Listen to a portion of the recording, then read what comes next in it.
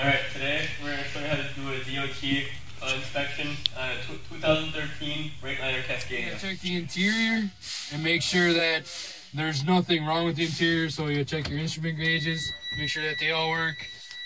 Check your steering wheel for excessive free play. You're allowed up to 10 degrees. You check your windshield wipers and your windshields. Make sure that everything works, so your spray nozzles and everything. You check your mirrors on both sides, driver and passenger. You check your windshield, make sure there's no cracks. Cracks are allowed at the bottom of the windshield or at the top, but if it's in the wiper path, they are not allowed. That is a fail. You check your windows on both sides.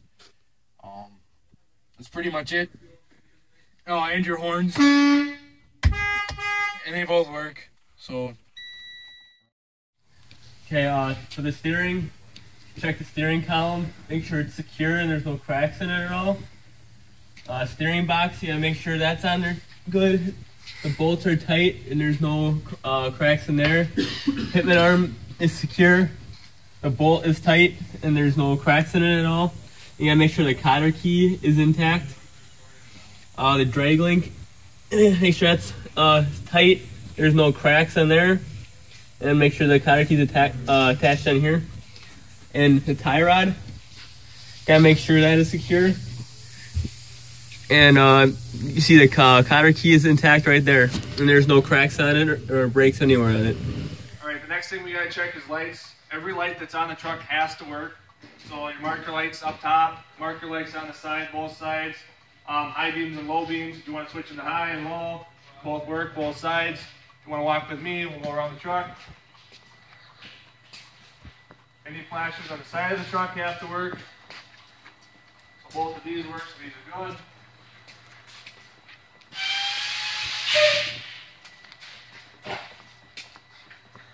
Alright, four ways in the back work. That would be your reverse light. That's about it. Make sure everything works. Alright, now that we're underneath the truck, you can check the frame rails for any cracks. You're able to check the saddle mounts and all here. Check the saddle mounts, make sure there's no cracks in those. Check exhaust, you gotta make sure there's no holes in anything, at least while it's underneath the cab and the sleeper area, because that would result in failure. Saddle mount to the fuel tank, gotta make sure no leaks on the bottom of the fuel tanks. It's all the fuel. If it is leaking, it'll flow up to the bottom, you'll see that. Check your cross members for cracks. Check the drive shaft for any cracks or anything. Then you can check your brake chambers, make sure nothing's cracked, broke, or missing on those. You're able to check your bottom side of the drums. You can check the amount of material left on the pads. U-bolts you can check from here.